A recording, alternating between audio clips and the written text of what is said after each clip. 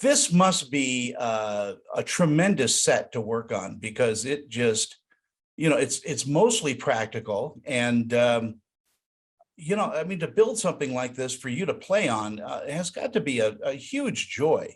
It's a huge gift, man. You hit it on the nail on the head.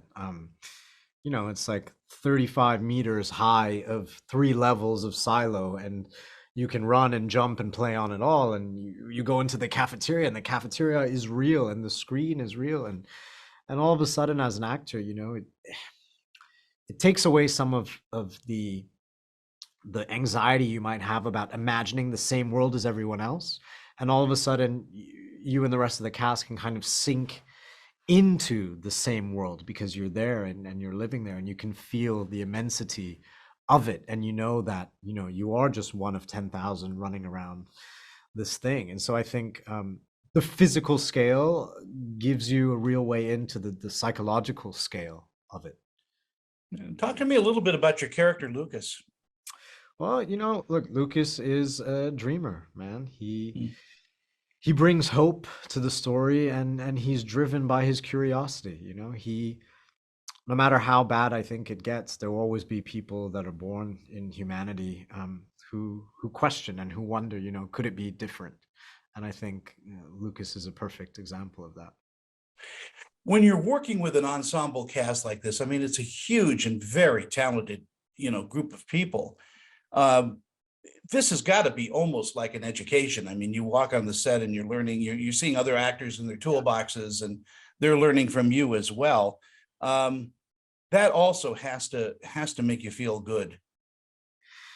Yeah, I I don't know if they're learning from me, but I definitely am learning from them. Look, it's a great privilege, right? I get to go to work, I get to play on this giant set, and I work with Rebecca Ferguson and Tim Robbins so much this season, and or I go to work and I see what Harriet Walters is doing, it's really, really unbelievable because they all work and think and approach the characters in such different ways, and there's always something to gain from that. Um, and yeah, when you're on a big ensemble like this, you just go, well, they're great, so it's all gonna be fine. It's not on my shoulders. I'll just hide here behind Tim Robbins. Yeah, exactly. Uh, He's giant anyway. He's like 7 feet tall. It's fine. yeah, and he's a national treasure Yeah. Yeah, he is. as well. Um, what do you think audiences are going to take away from watching Silo?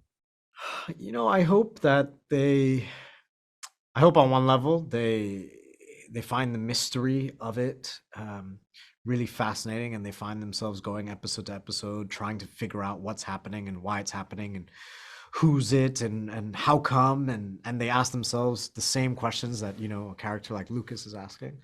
And I also hope, like all good sci-fi, that maybe it forces the audience to sort of reflect back on their own role in society, and whether our society today and our relationship with truth and power and the responsibility that we have to share truth, how we're doing. Are we doing so well in the post-truth age and connecting, or is this where we're headed, where just a select few will have all the answers and control everyone else in ignorance? I think it's important to I, ask. I totally agree. Avi, it's a pleasure to meet you and talk with you. And congratulations on Silo and your shoes. Oh, thanks, man. Enjoy Sherlock Holmes. I will. Elementary.